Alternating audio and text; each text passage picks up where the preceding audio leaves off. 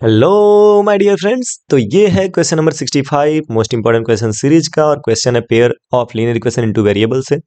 Question आपके सामने ये रहा कि solve the following system of equation 21 upon x plus 47 upon y equal to 110 comma 47 upon x plus 21 upon y equal to 162 and x y is not equal to 0।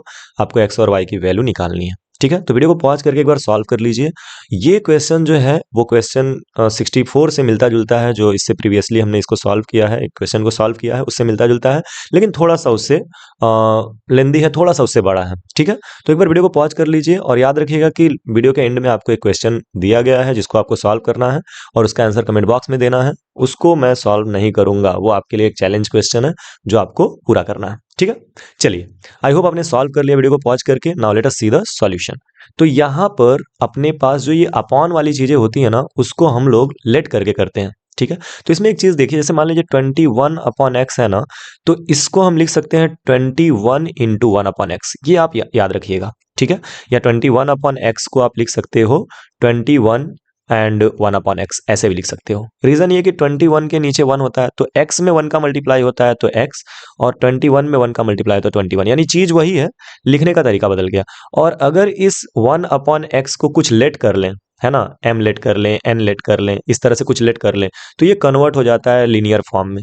आप बात समझ में आई आपको? चलिए एक बार और समझाएंगे, उसके बाद से करेंगे। जैसे मान लीजिए 47 अपॉन वाई है, 47 अपॉन वाई, तो मैंने क्या आपको बताया कि 47 अपॉन वाई को 47 इंटू 1 अपॉन वाई लिख सकते हैं। देखिए अभी भी वाई नीचे ही है लेकिन 1 के साथ लिख लिया। अब इस 1 अपॉन वाई को अगर हम रिप्लेस कर दें m से, तो ये क्या बन जाएगा? ये बन जाएगा 47m।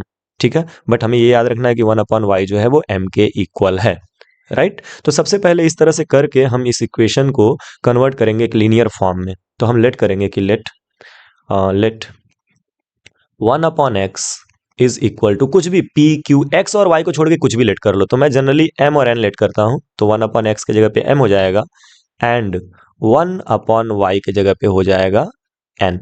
ठीक है, अब m और n मैं क्यों लेट करता हूं वो राज की बात है। ठीक है, बट मैं ऐसे ही करता हूं। अब यहां पर ध्यान से देखिए, 21 अपॉन एक्स, जब आपने 1 अपॉन एक्स को m लेट किया तो ये बन जाएगा, कन्वर्ट हो जाएगा 21m में, and plus 47 upon y convert हो जाएगा 47 इंटू वाई में, सॉरी एन में, है ना। 1 अपॉन वाई की जगह पे क्या लेट किया है हमने, ये रहा, एक सेकंड इरेज कर लेंगे, गलती से वाई लिख रहा था मैं। हाँ जी, तो 47 और 1 अपॉन वाई की जगह पे है एन, तो ये हो जाएगा एन और ये इक्वल टू 110। ठीक है, इसको करेंगे equation number 1। Now second equation में देखें, तो सेकंड इक्वेशन में 47 अपॉन एक्स है, तो ये बन जाएगा 47 अपॉन एम, है ना। 1 अपॉन एक्स की जगह पे एम हो जाएगा और प्लस 21 एन, और ये इक्वल टू हो जाएगा 162। ये हो गया इक्वेशन नंबर 2। प्रीवियस क्वेश्चन में 64 नंबर वाले वीडियो में, 64 नंबर वाले क्वेश्चन में हम लोगों ने क्या डिस्कस किया था कि अगर x का कॉफिशिएंट, यहाँ पे m है x के जगह पे, लेकिन x का कॉफिशिएंट यानी कि क्रॉस में इक्वल हो, देखो 21 यहाँ पे 21, यहाँ पे 47, यहाँ पे 47, तो ऐसे इक्वेशन को सॉल्व करने के लिए एक बार जोड़ लो और एक बार क्या करो, घटा लो। तो आप इक्वेशन 1 और 2 को एक बार ऐड कर लो, करोगे 1 प्लस 2। ठीक है, तो जब ऐड करोगे तो जरा ऐड करो, मैं फिर से लिख के ऐड करूंगा, तो 21m प्लस 47 n, और ये इक्वल टू हो जाएगा 110, और यहाँ पे ऐड करोगे 47m प्लस 21n, तो ये इक्वल टू हो जाएगा 162। अब इसको ऐड कर दो, तो जब ऐड करोगे तो 47 प्लस 21 कितना होएगा, 7 प्लस 1 ये हो जाएगा 8m, और ये 4 प्लस 2 6, यानी 68m आ गया। प्लस इसको जरा ऐड करो तो 7 और 1 8, 4 प्लस 2 6, 68n, और ये इक्वल टू, जरा इसको ऐड करिए, ये हो जाएगा 2, 6 प्लस 1 7, 1 प्लस 1 इज 2। यहाँ पे आप देख सकते हो 68 कॉमन आ रहा है, तो 68 जब कॉमन करोगे तो मिलेगा m प्लस n। यही फायदा होता है, बहुत सिंपल, m प्लस n बच जाता है, और ये हो जाएगा 272। ठीक है, अब 68 को अगर इस तरफ आप भेजते हो, ट्रांसफर करते हो, तो m प्लस n की जो वैल्यू आएगी वो हो जाएगी 272 अपॉन 68। ये मेरे ख्याल से ये कटेगा, डिवाइड होगा, काट दो इसको, 68 से डिवाइड कर दो 272 को। ठीक है, 8 9 72, मेरे ख्याल 9 बार में जाएगा क्या, नहीं ज़्यादा हो जाएगा, ये 9 बार में तो नहीं जाएगा।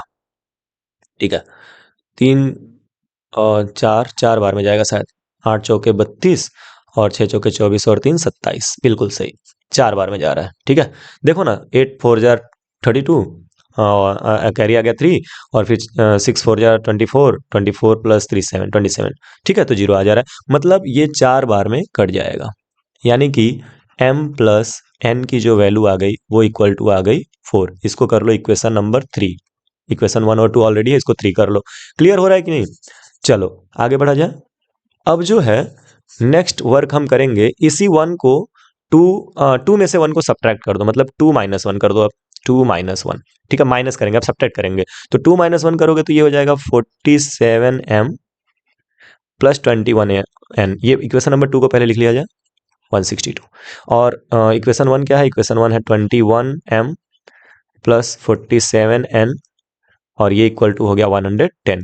याद रखिएगा जब हम सब्ट्रैक्ट करते हैं ना, साइन बदल के ऐड कर देते हैं। साइन बदला सबका, अब ऐड करिए। तो 47 और माइनस 21, 47 और माइनस 21, तो ये 7 में से 1 गया 6, 4 में से 2 गया, तो 26 आएगा। तो ये हो जाएगा 26 और बगल में m। अच्छा, ये 26 पॉजिटिव होगा कि नेगेटिव, ये डिपेंड करता है कि 47 और 21 में कौन बड़ा है। तो 47 बड़ा है, उसके सामने पॉजिटिव है, तो ये पॉजिटिव रहेगा।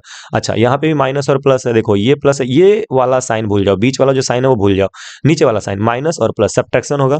तो 21 और 47 फिर से सब्ट्रैक्ट करेंगे, वही 26 आएगा। तो यहां पर भी आप लिखेंगे 26n, लेकिन यहां नेगेटिव रहेगा कि पॉजिटिव? आप अपने आप से पूछिए, नेगेटिव रहेगा कि पॉजिटिव? तो नेगेटिव रहेगा, क्यों? क्योंकि 47 के सामने अब नेगेटिव हो चुका है, और 21 और 47 में 47 बड़ा है, तो उसके सामने नेगेटिव, तो इसलिए यहाँ पे क्या आएगा? नेगेटिव।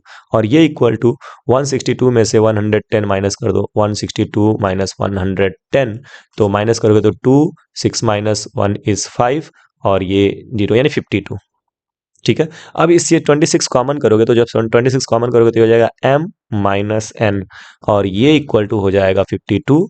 अब 26 को इस तरफ भेज दो, तो m माइनस n की जो वैल्यू हो जाएगी वो हो जाएगी 52 अपॉन 26। ये 2 बार में कटेगा, सीधा सीधा दिख रहा है।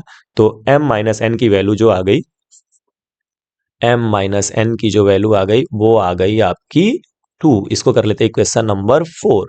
अब आप क्या करोगे ना, देखो बड़ा आराम से 3 और 4 को यूज करके एकदम आराम से सॉल्व कर सकते हो। आप लिखोगे नाउ m प्लस n की जो वैल्यू आई है वो आई है कितनी? वो आई है 4। और m माइनस n की वैल्यू जो आई है वो आई है 2। अगर इन दोनों को जोड़ दिया जाए तो m और m कितना हो जाएगा? 2m, और ये n से n कैंसिल आउट हो जाएगा, और ये इक्वल टू 4 प्लस 2 6, यानी n की वैल्यू आ गई 6/2 यानी कि 3। याद रखिएगा अभी सिर्फ n की वैल्यू आई है 3, अभी हमको x और y के लिए सॉल्व करना है। इसको हम इक्वेशन नंबर 5 कर लेते हैं, इसको रख लेते हैं, काम आएगा, ठीक है। n की वैल्यू हमको x की वैल्यू निकालने में काम आएगा, और y की वैल्यू निकालने में। अब इस n की वैल्यू को आप कहीं भी रख लो, 1 2 3 4, मुझे लग रहा है 3 में रखना ज़्यादा ठीक रहेगा। तो मैं लिखूंगा put n equal to 3 in equation number 3। तो जरा इक्वेशन नंबर 3 में पुट करिए तो n की वैल्यू, तो n की वैल्यू जब आप 3 पुट करेंगे तो देखिए ये m प्लस 3 इक्वल टू 4 हो जाएगा, और यहाँ से m की वैल्यू आ जाएगा 4 माइनस 3 यानी इक्वल टू 1, ठीक है। अब ये सब इतिहास में मिटा रहा हूँ, अगर आपको नोट करना है तो नोट कर लीजिए, स्क्रीनशॉट लेना है तो स्क्रीनशॉट ले लीजिए। राइटिंग मेरी बहुत अच्छी है, मैंने बहुत मेहनत से लिखा हुआ है, खुद की तारीफ मुझे कर रहा हूँ, सॉरी, लेकिन इसको नोट कर लीजिए, स्क्रीनशॉट ले लीजिए, ठीक है। चलिए इरेज करूंगा यहाँ से ना। यहाँ पर आप देख सकते हो कि m की वैल्यू जो आ गई वो कितनी आ गई? m की वैल्यू आ गई 1, ठीक है। अब हमारे पास n भी है और m भी है, इसको कर लेते हैं 6। तो 5 में n की वैल्यू 3 है। अब देखो n की वैल्यू आ गई 3, है ना, लेकिन n के जगह पे है क्या? n के जगह पे है 1 अपॉन वाई, तो 1 अपॉन वाई की वैल्यू आ गई 3। तो y की वैल्यू क्या हो जाएगी? तो ये इंप्लाइज करता है y की वैल्यू हो जाएगी 1 अपॉन 3। सिंपल, पलट दोगे, y को ऊपर भेजोगे और इसके नीचे 1 है, तो 1 ऊपर चला जाएगा, 3 नीचे आ जाएगा, यानी y की वैल्यू आ जाएगी 1 अपॉन 3, जो कि हमें चाहिए था। और m की वैल्यू 1 आई है बच्चा, m की वैल्यू क्या आई है? 1। तो m की वैल्यू अगर 1 आई है, और m के जगह पे आप लिखोगे क्या? m के जगह पे लिखोगे 1 अपॉन x, समझ रहे हो? तो ये हो जाएगा 1 upon x equal to 1। 1 upon 1 कोई मतलब नहीं है, मतलब कुल मिलाकर के यहाँ x की वैल्यू आ जाएगी 1। क्यों? क्योंकि x को जब ऊपर भेजोगे तो 1 के नीचे 1 ही है, 1 का रेसिप्रोकल 1 ही होता है, यानी x की वैल्यू भी क्या आ जाएगी? 1। तो y की वैल्यू आ गई 1 अपॉन 3, और x की वैल्यू आ गई 1। और इस तरह से हम लोगों ने सॉल्व कर लिया। हम लास्ट में लिख सकते हैं x equal to 1 and y equal to 1/3। That's our solution, that's easy, ठीक है। तो नोट कर लीजिए। बढ़ेंगे नेक्स्ट क्वेश्चन की तरफ। बहुत अच्छा क्वेश्चन था और इस तरह के क्वेश्चंस आते हैं, मिलते हैं बोर्ड एग्जाम में, ठीक है।